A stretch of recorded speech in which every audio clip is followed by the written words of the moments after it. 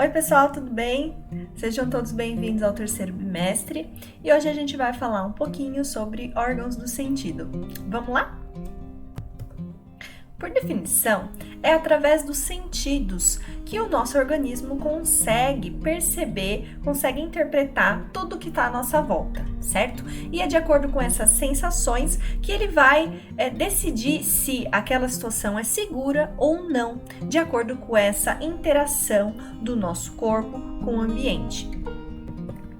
O mecanismo pelo qual isso acontece se dá, primeiro, precisa existir um estímulo, certo? Um estímulo externo do meio ambiente. O nosso sistema nervoso vai interpretar esse estímulo e isso vai resultar numa reação, através de uma sensação que o nosso corpo vai sentir. É no nosso sistema nervoso central, aqui em especial o nosso encéfalo, que interpreta os diferentes sentidos que o nosso corpo percebe, certo? Algumas áreas percebem o paladar, outras o olfato, a audição, a visão e o tato. Nós temos basicamente 5 órgãos do sentido e o conjunto das funções desses órgãos propicia, a relação nossa com o meio ambiente, com o meio externo. São eles o tato, o paladar, também chamado de gustação, o olfato, a audição e a visão. Aqui nós podemos observar os órgãos que fazem parte desses sentidos que nós percebemos, O olho, que faz parte da visão, o ouvido, que está associado com a nossa audição, a pele, que está associado com o tato, a língua com o paladar e o nariz com o olfato. Em relação ao olho e à visão, nós podemos observar aqui diversas estruturas que faz parte da visão, Para essa aula, a gente vai precisar de mais detalhes. E em relação aos detalhes da visão, do olho e o seu funcionamento, a gente vai ter uma aula específica para isso, que será a nossa próxima aula. O som é uma vibração do ar que a gente percebe e sente com a ajuda do nosso ouvido. Um ouvido que é saudável é capaz de captar vibrações sonoras de frequências entre 20 até 20 mil Hz. Hertz é uma unidade de medida que mede a frequência das ondas. Esse alcance, ele diminui conforme a pessoa vai envelhecendo e se expor excessivamente a ruídos. Como vocês podem ver, aqui a gente tem todo o sistema que está envolvendo a audição. O nosso ouvido, ele é dividido em 3 partes, A orelha externa, o ouvido médio e o ouvido interno, além das conexões aqui de nervos com o nosso sistema nervoso. Observem como a onda sonora vai interferir aqui no nosso sistema auditivo. Primeiro, uma onda sonora de um som agudo.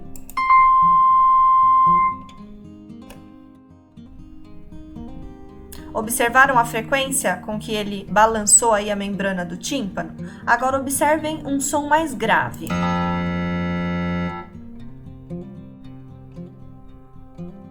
A frequência é diferente, um som mais agudo tem uma frequência mais rápida ali, vocês perceberam? E o som mais grave, ele balança menos a membrana do tímpano. É essa frequência, esse balanço que o nosso ouvido interpreta, Leva isso de forma a transformar em estímulos nervosos até o nosso cérebro e o cérebro vai interpretar que som é esse.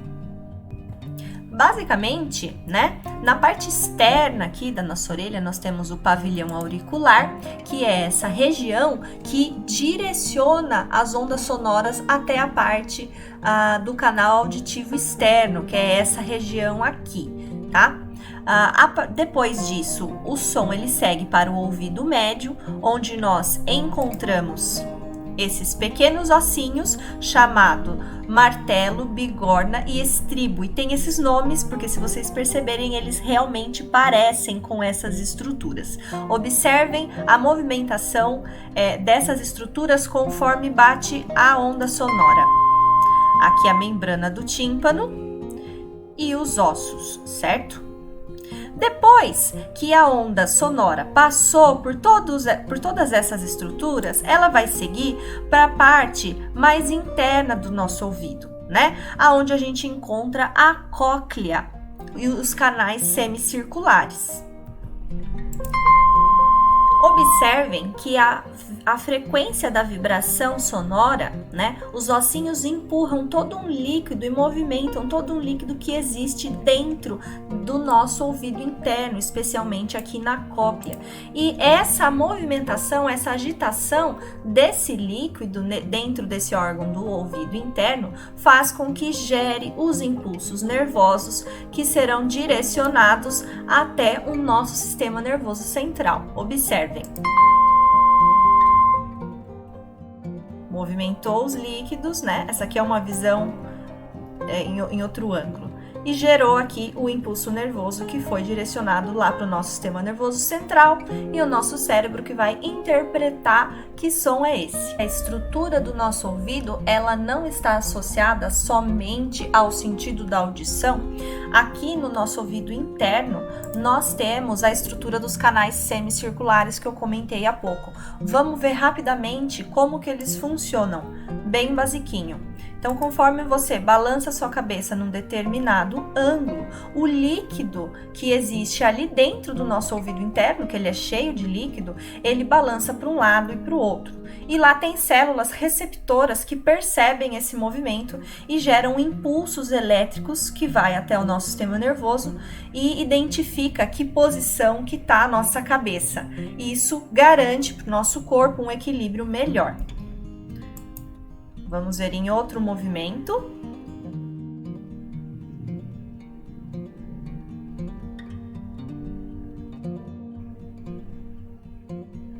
É dessa forma que acontece, né? Existem essas células que percebem essa movimentação. Elas chacoalham conforme o líquido tá lá dentro, chacoalha também. E por último, um último movimento.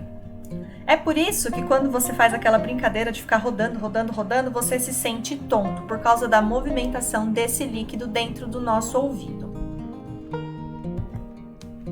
E aí, gostaram da audição? Vamos falar um pouquinho sobre o olfato. Ele é um dos nossos 5 sentidos e o principal órgão responsável pelo olfato, no caso nós humanos, é o nariz. E comparado a outros mamíferos, os seres humanos têm um olfato bem menos desenvolvido. Esse serzinho aqui, por exemplo, tem milhões de receptores olfativos, muito mais que eu, por exemplo, e consegue perceber um número muito maior de cheiros diferentes. Né, Brizinha? Vocês já pararam para pensar como que nós sentimos os cheiros? Aqui dentro do nosso nariz, o ar ele entra pelas nossas fossas nasais, né? Aqui a abertura das nossas narinas. E ele vai em direção à cavidade nasal. E é aqui na cavidade nasal aonde ele é umedecido, aquecido e filtrado de impurezas que possam vir de fora. Lá dentro da cavidade nasal, a gente encontra uma mucosa, lá no fundo, uma mucosa olfativa. E é nessa mucosa que existem alguns receptores, tá? Nós chamamos essa região aqui de bulbo olfatório, certo? Percebam que as moléculas químicas que estão no ar entram na nossa cavidade nasal e estimulam aqui a região da nossa mucosa olfativa, e é nessa região do bulbo olfatório aonde tem diversos receptores, né, que estão conectados aqui ao nosso sistema nervoso central. Então nós temos alguns neurônios especializados na recepção dos cheiros, né? Nós humanos temos milhares desses receptores. Cachorros e gatos podem ter milhões desses receptores e perceber um número muito maior de cheiros quando comparado com a nossa espécie. Então percebam aqui, as moléculas de cheiro, elas são reconhecidas por esses receptores. E no momento que os receptores recebem esse estímulo, que é a presença dessas moléculas químicas, eles geram um impulso nervoso, observem aqui, que é encaminhado até o nosso sistema nervoso central, e lá a gente interpreta que cheiro é esse. Muitas vezes os cheiros eles estão associados a memórias, que é o que a gente chama de memória olfativa, e um determinado cheiro faz a gente lembrar de uma determinada situação, como por exemplo, quando você sente o cheiro de um bolinho de chuva, né, sendo feito, você lembra da casa da sua avó e de quando ela fazia bolinho de chuva para você naqueles dias frios e chuvosos como está o dia de hoje.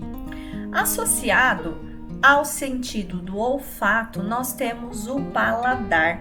São dois sentidos que estão totalmente conectados. Uma vez que quando você come algum alimento, você não percebe só o gosto, mas você também percebe o cheiro.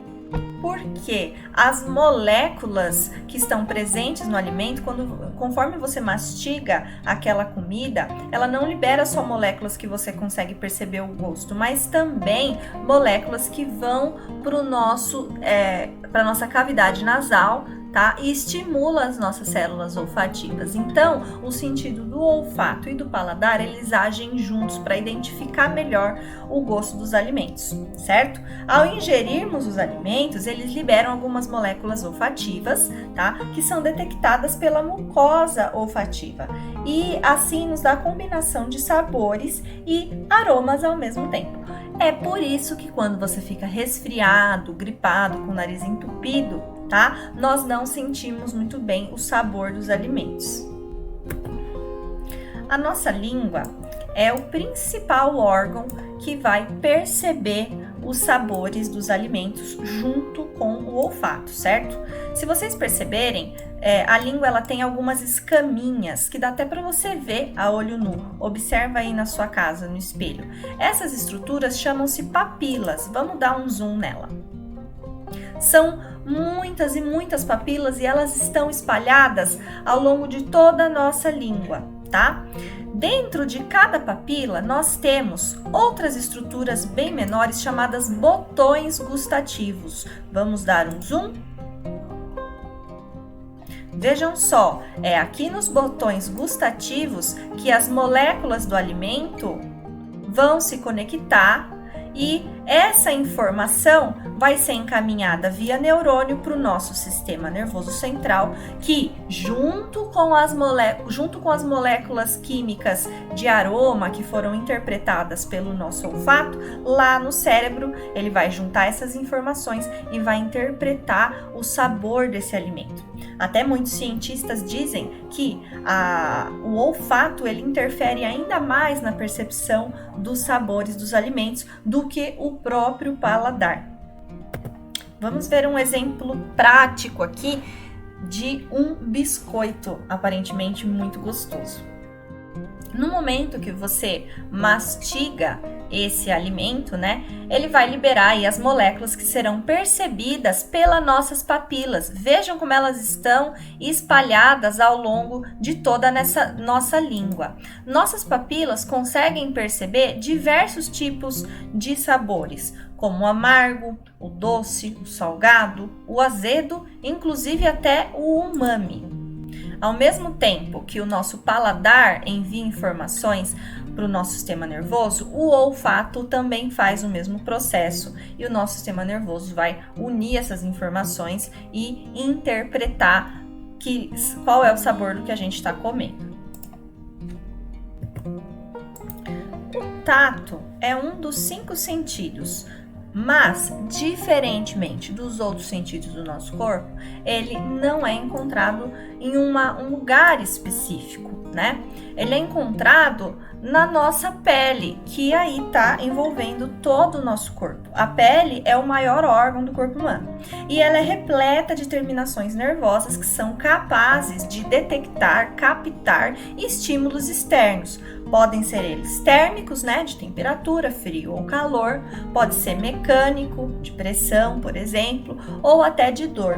Cada terminação nervosa ou receptor que está na nossa pele é especializado na detecção de estímulos específicos.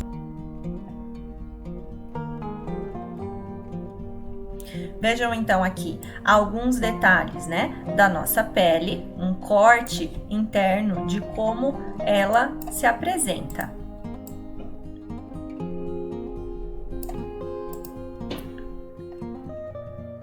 Vejam a detecção de dor. Aqui nós temos terminações nervosas que percebem a agulhada que a gente acabou de tomar aqui, certo? E manda esse recado para o nosso cérebro que interpreta, isso doeu. Imediatamente você tenta evitar que aquilo aconteça novamente. Nós temos também receptores que percebem a pressão, o toque, né? Algumas regiões do nosso corpo é mais rica nesses receptores de toque. Se você tentar perceber como que é a textura, o toque de algum material com a ponta dos dedos, você percebe isso de uma forma mais fina, né? Mais sofisticada do que se você for perceber a mesma textura em outras regiões do corpo que tem menos, que tem um menor número desses receptores de pressão, né? De tato. Temos também alguns tipos de detectores de temperatura. Vejam, esses aqui percebem o calor. Você colocar a mão próximo ao fogo, esses receptores serão ativados imediatamente.